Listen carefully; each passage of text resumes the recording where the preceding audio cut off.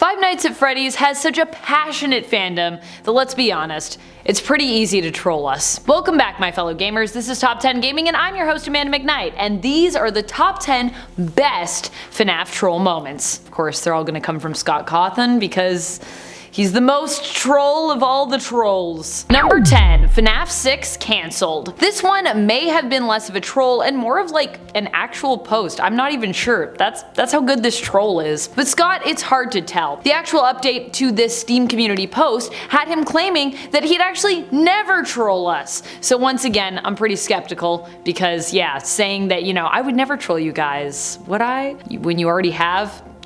Sounds like a troll to me.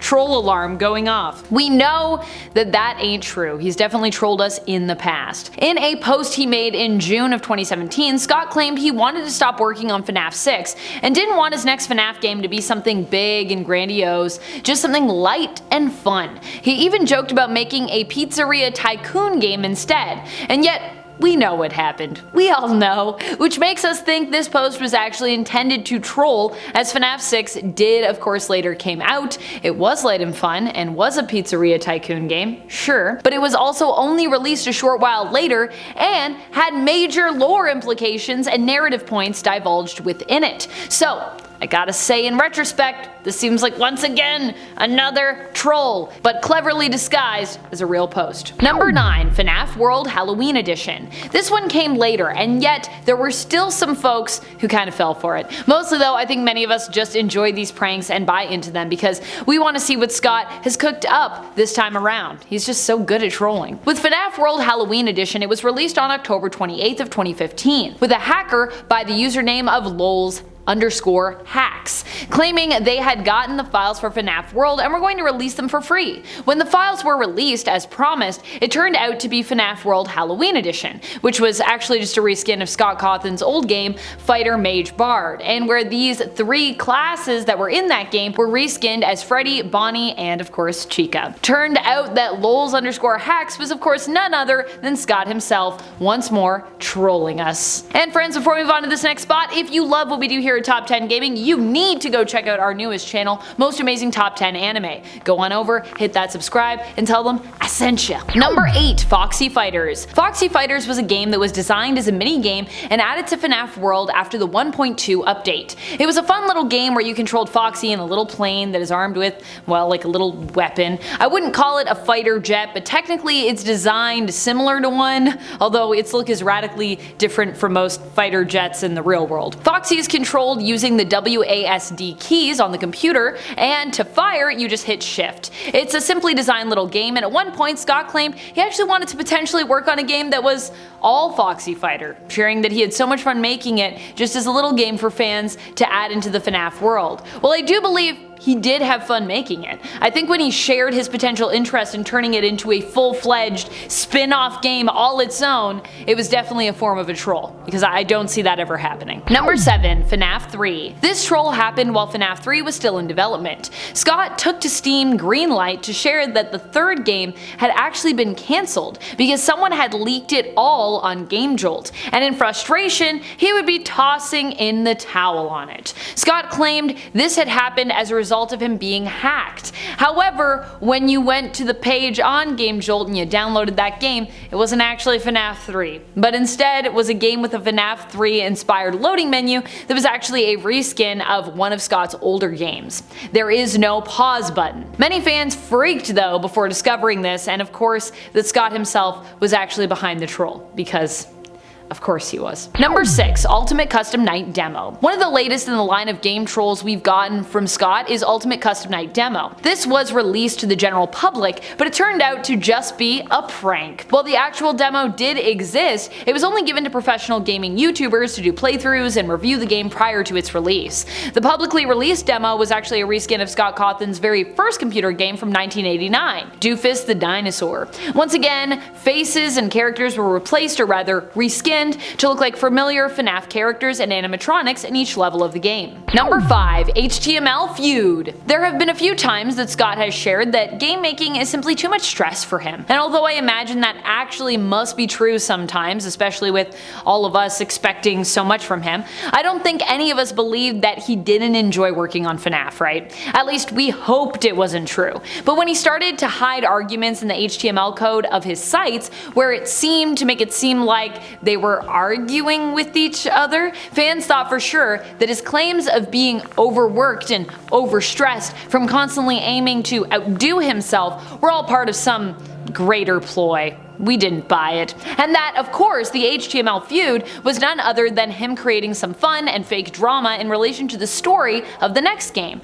which at this time, of course, was FNAF 6. And it turned out while this was planned to seem as though there was a fight going on, it was of course only in relation to that narrative in the games, with the fight likely resembling the one within Ennard between all the shared consciousness of animatronics. Number 4. Help Wanted. Scott is not above poking fun at himself or the franchise and enjoys trolling us even within the game and the world of FNAF. Case in point, his actual appearance in Help Wanted. Not in the flesh, but in picture form, implying that the games we play are created within the very world of FNAF itself and tarnish the reputation of Fazbear Entertainment, even as we play mini-games in the VR game inspired by the previous games themselves, which are apparently in the world, but also, I guess, actually happen. It is a meta paradox that we are in. It's a meta paradox, or at least that's what it feels like. Scott's picture is thrown up, and he is referred to as a nameless indie game developer who made said games, which of course is true, but also in the world of FNAF, it breaks my brain. Number 3. Fun little game. When Scott commits to a troll, he definitely doubles down. This happened with FNAF 6 Pizzeria Simulator when Scott revealed that the screenshots he'd revealed for the game prior to its release were accurate to the tone, and that it was just supposed to be a light, fun game for fans to enjoy. It wasn't supposed to be a major release, he said. And having received negative feedback on the poor quality based on the screenshots, he just wanted to clarify. He wanted to clarify.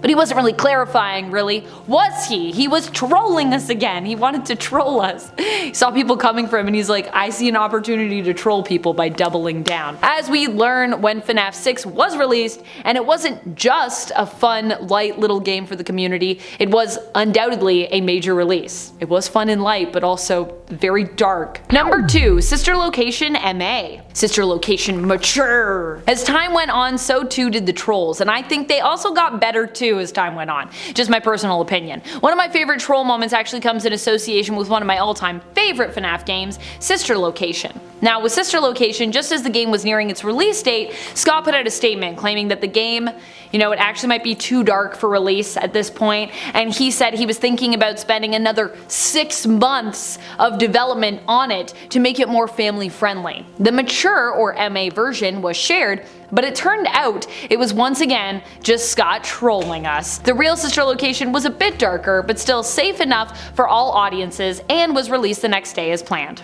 So it's all good. Wasn't mature enough for that rating. Number 1. Pizzeria Simulator. When you think about it, FNAF 6 itself was kind of like a troll all on its own. A really great troll though. An admirable troll that was also actually FNAF 6. Why do I consider FNAF 6 a troll? Because it appeared as a harmless pizzeria simulator even when you started playing it, but in reality, as time goes on, you learn it is a dark, depressing story covered in fake glitz, fun, and glam. Well, some real fun, glitz, and glam, I think, but also it's really dark. It wasn't a game that you could skip either, like was implied before. The story tied into this game was actually relevant to the whole franchise and the main narrative. So although it seemed light, it was still just as convoluted, necessary, and complex as other games that we'd had in the past. That also is kind of what makes FNAF 6 so great. It is the troll vibes of Scott Cawthon that we've enjoyed in the past made manifest in game form. Maybe the best kind of troll out there. I feel like game trolls are great, especially when you play games and you're like, I think I know what this is, and then they're like, whoa, no, you don't. I surprised you. You thought this was a fun dating sim? It's a horror game. Did you ever get trolled when it came to FNAF? What were some troll moments that you bought into until you found out the truth? Do troll moments like this make you love the franchise more or less? Do they simply make you wary towards rumors you may hear in the future? Let us know in the comments below. This has been Top 10 Gaming, and I'm your host Amanda McKnight. Thank you so much for watching. Until next time, keep on gaming on. Pew pew!